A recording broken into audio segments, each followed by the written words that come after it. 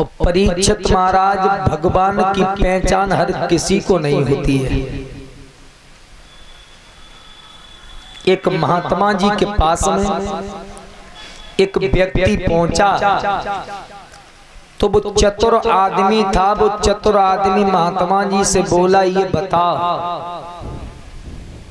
तुम रोज अपनी कथा में कहते हो, तुम दूसरों को उपदेश देते हो कि भगवान की पूजा करो, भगवान का भजन करो, लेकिन तुमने कभी भगवान देखा है?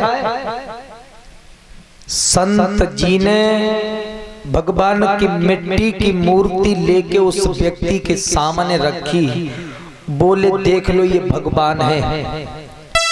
वो हंस करके बोला, क्यों पागल बना रहे हो, ये तो मिट्टी की मूर्ति है। तो मिट्टी की मूर्ति है, भगवान कहाँ है? तो महात्मा जी बोले, यदि तुम मेरी एक बात का जवाब दे दोगे तो मैं तुम्हें भगवान दिखा दूंगा। महात्मा जी ने उस आदमी से पूछा कि तुम ये बताओ कि तुम्हारा असली बाप कौन है? असली बाप कौन है तुम्हारा? अब वो व्यक्ति बोला कि मेरे पिता तो फलाने सिंह हैं। वो संत भगवान बोले, एक बात बताओ कि तुम्हें कैसे पता है कि वो तुम्हारे असली पिता हैं? तुम्हारे पास में इस बात का क्या सबूत है कि जिससे तुम पिता कहते हो वो ही तुम्हारा असली बाप है? बताओ परीक्षित, जिससे हम पिता कह रहे हैं तो हम पे क्या सबूत है? हमें कैसे पता है कि हमारा असली बाप है? हमारी मैया ने हमसे झूठ बोल दिया कि ये तुम्हारा पिता है। संत जी बोले, ऐसे ही जैसे तुम्हारे असली बाप का पता तुम्हें नहीं पता, और इस बात का पता तो केवल तुम्हारी मैया जानती है। कौन? मैया। मैया को पता है कि मेरा असली पिता कौन है।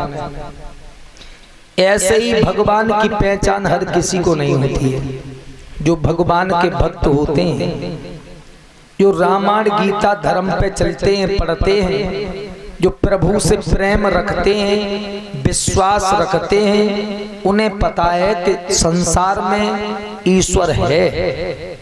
जो दिन रात कर्म कुकर्म बुरे काम कर रहे हैं, दूसरों की चोरी मेड़ काट रहे हैं, चुगली कर रहे हैं, बुरे कुकर्म कर रहे हैं, उन्हें भगवान का अनुभव कभी नहीं होगा। जाकी रही भावना जैसी, हर मूरत देखी तिन तैसी। हमारे मन में भगवान की भक्ति नहीं है तो भगवान की पहचान हमें नहीं हो पाएगी। और भगवान का दर्शन करना कोई छोटी मोटी बात नहीं, ऐसे नहीं होता। विद्वान कहते हैं कि भगवान कहाँ रहते हैं और कैसे मिलते हैं।